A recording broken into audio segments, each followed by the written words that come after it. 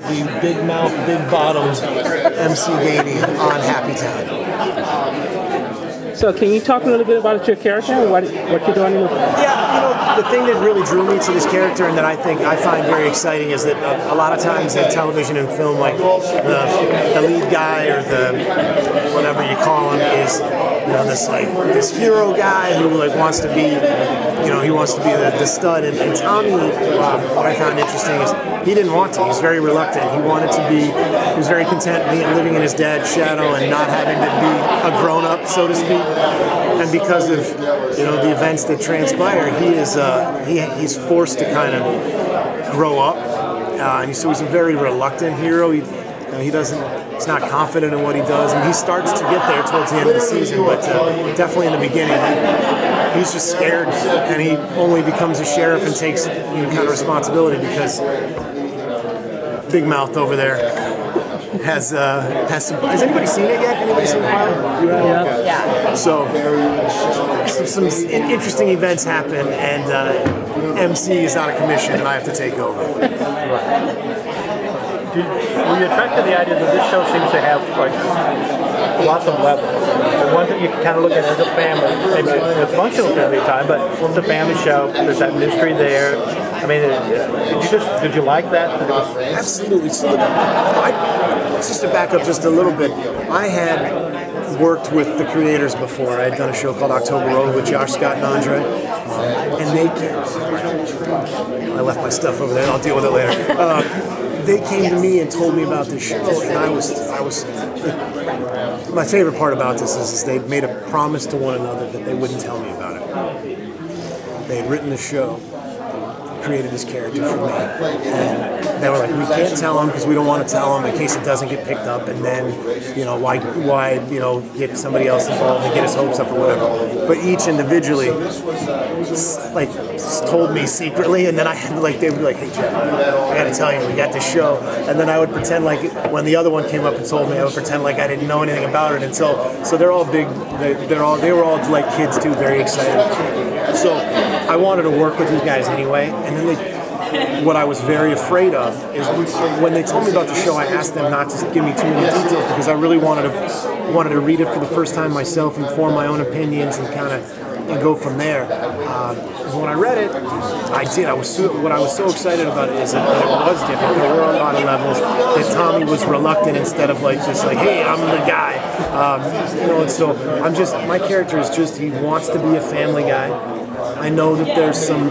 This show opens. My mom's been dead for a couple of years, and I'm just now kind of being a grown-up. I'm very content with being a wife, being a husband and a father and a son to him, and not really and living in a town with zero crime, so I don't have to do anything. I can just go play with my daughter and go to work, and then go have beers with my buddies and whatever, and go fishing. Very small towny, fun kind of guy. So what I was really drawn to is that he was forced into this instead of wanting to be this guy. Were there any particular scenes that you shot that made you go, or scared the hell out of you? I remember when you see the pilot, you'll see it. There's a scene on the ice where it didn't scare the hell out of me, but it froze the hell out of me. I was on a frozen lake for about 15 hours north of, I guess it wasn't that long, it was probably 11 or 12 hours, it felt like 20, about 2.5 hours north of Toronto in late, it was early March. I'd never been so cold in my life. But there were long shots where I couldn't put on a jacket, I just had to kind of stand out there and freeze my ass off all day long with little hand warmers in my pockets to do anything. But we did a few things that I was like, wow, I'm really surprised that ABC's letting us do this. So as the season goes on, more and more happens, which I was really pleasantly surprised at. But I thought once they picked it up, it would get less and less thrillery, scary, or at least dark, and it doesn't. I'm really surprised. We pushed the envelope with this show, which I think is fantastic, because all we wanted from the beginning was to be able to succeed or fail based on what we set out to be. And a lot of times network television, there's so many cooks in the kitchen, and they've got their demo and their key demo and blah blah blah.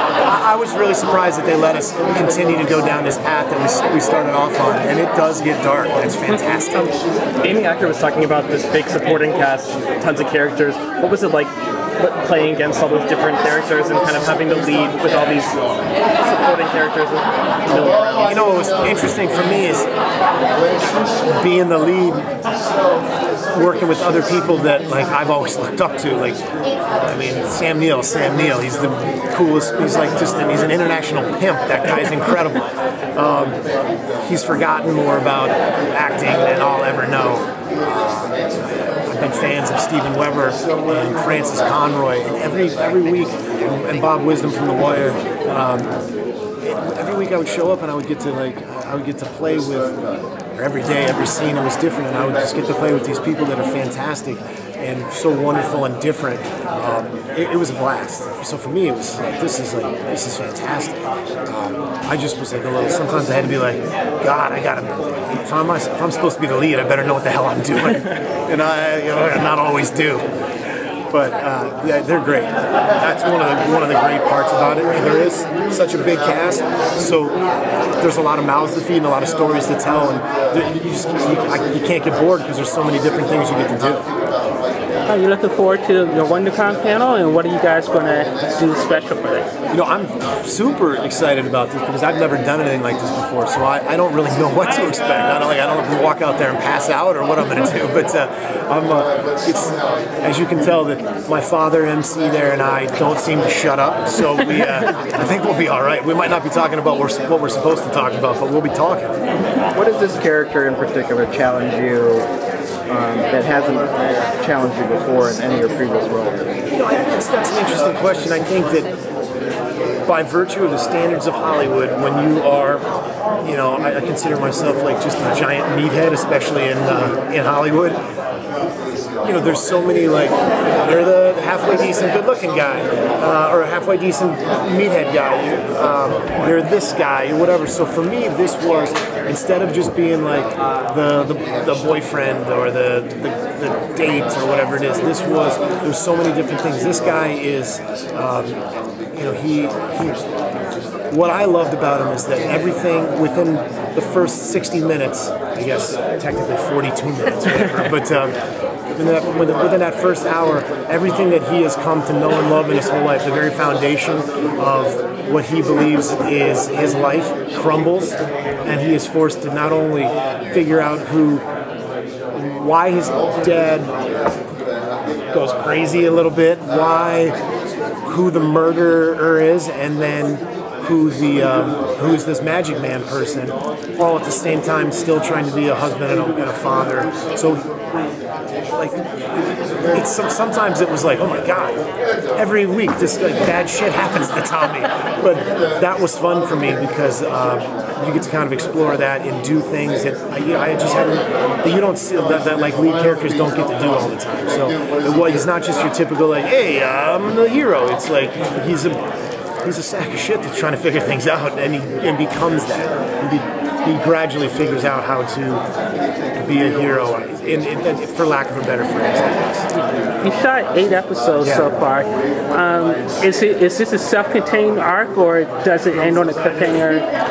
It's interesting. There's definitely some resolution. We find out who the Magic Man is at the end of the 8th episode, but not unlike shows like Lost and I hate throwing out comparisons because I don't think it's fair to those shows or ours, but often in shows like this, when big questions get answered, sometimes it seems to create more questions, and I think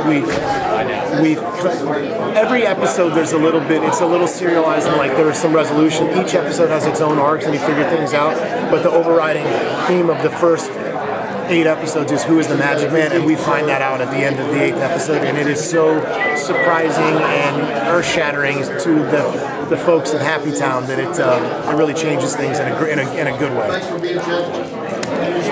Anything else? At all, thank you.